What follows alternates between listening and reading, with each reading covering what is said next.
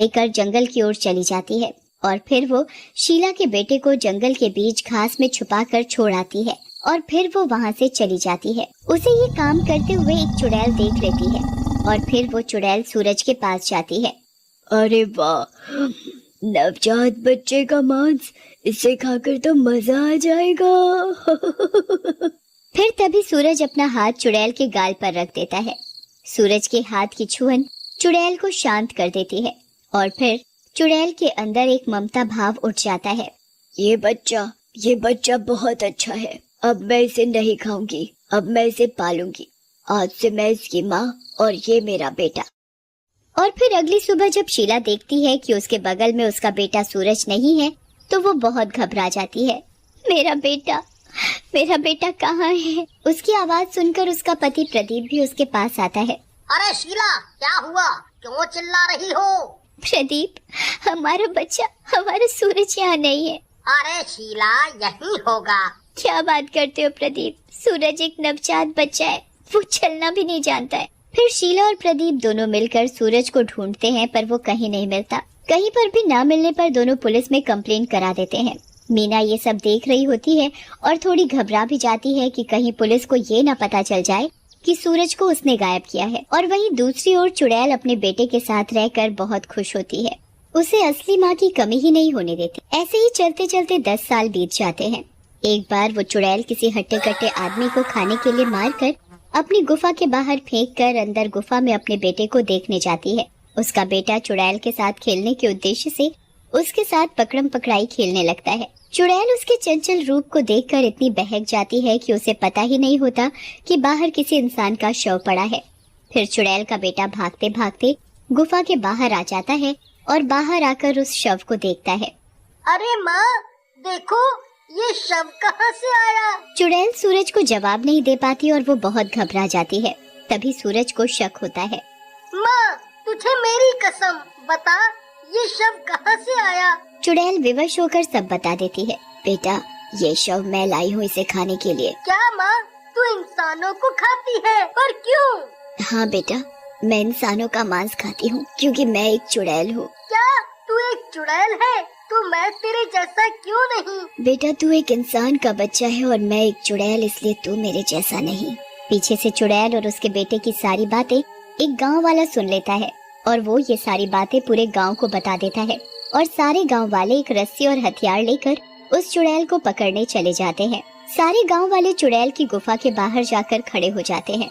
ए चुड़ैल, बाहर निकल, कहाँ छुपी बैठी है? हाँ चुड़ैल, अब तेरे बारे में हमें पता चल चुका है। उस मासूम बच्चे को लेकर बाहर आ जा।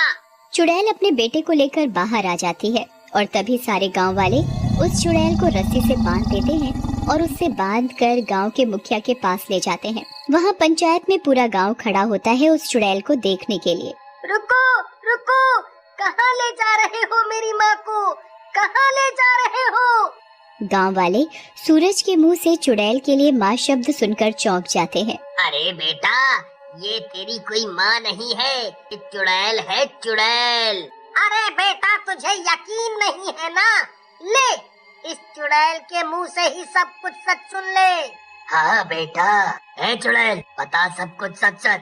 अच्छा ठीक है, मैं सब कुछ सच सच बताती हूँ। सूरज उसकी बात को ध्यान से सुनता है। बेटा, तुम मेरे बेटे नहीं हो और ना ही मैं तुम्हारी असली माँ हूँ। मैं तुम्हें जंगल से उठाकर लाई थी। कोई औरत तुम्हें वहाँ छोड़कर गई थी। उस औरत को तो मैं नहीं जानती, पर जब मैंने तुझे खाने के लिए गोद में लिया तभी मेरे मन में तेरे लिए ममता की भावना जाग गई और फिर मैं तुझे अपने बेटे की तरह पालने लगी। तुझे तेरी असली माँ की कमी नहीं होने दी। सूरज ये बात सुनकर बहुत दुखी हो जाता है।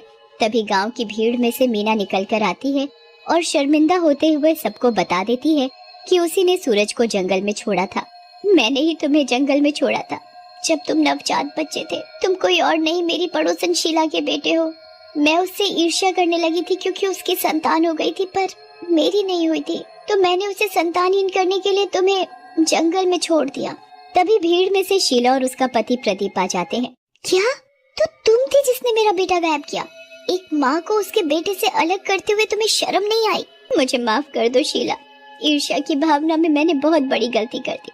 देखिए, मुझे नहीं पता कि मेरी असली माँ कौन है, पर मैं ये जानता हूँ कि ये चुड़ैल जैसी भी है, ये मेरी माँ है, इसने मुझे पाला है। नहीं बेटा, मैं जानती हूँ तू मुझसे बहुत प्यार करता है, पर बात को समझने की कोशिश करो। मेरे साथ तुम्हारा कोई भविष्य नहीं है। तुम अपनी असली माँ के पास जाओ, जिसने तुम्हें जन्म दिया है। वो तुम्हारा भविष्य बनाएंगे, तुम्हें पढ़ाएंगे, लिखाएंगे। हाँ बेटा, तू मेरा बेटा है। सूरज, अपनी माँ के पास वापस आ जाओ, मैं ही तुम्हारी असली माँ हूँ। ठीक है, मैं तुम्हारे पास आ जाऊंगा, पर मैं अपनी पालने वाली माँ से दूर नहीं होना चाहता। तेरी ये इच्छा भी पूरी होगी मेरे बेटे। तेरे अगले जन्म में मैं ही तेरी असली माँ बनूंगी, मैं ही तुझे जन्म दूंगी और तू मेरा बेटा बनेगा।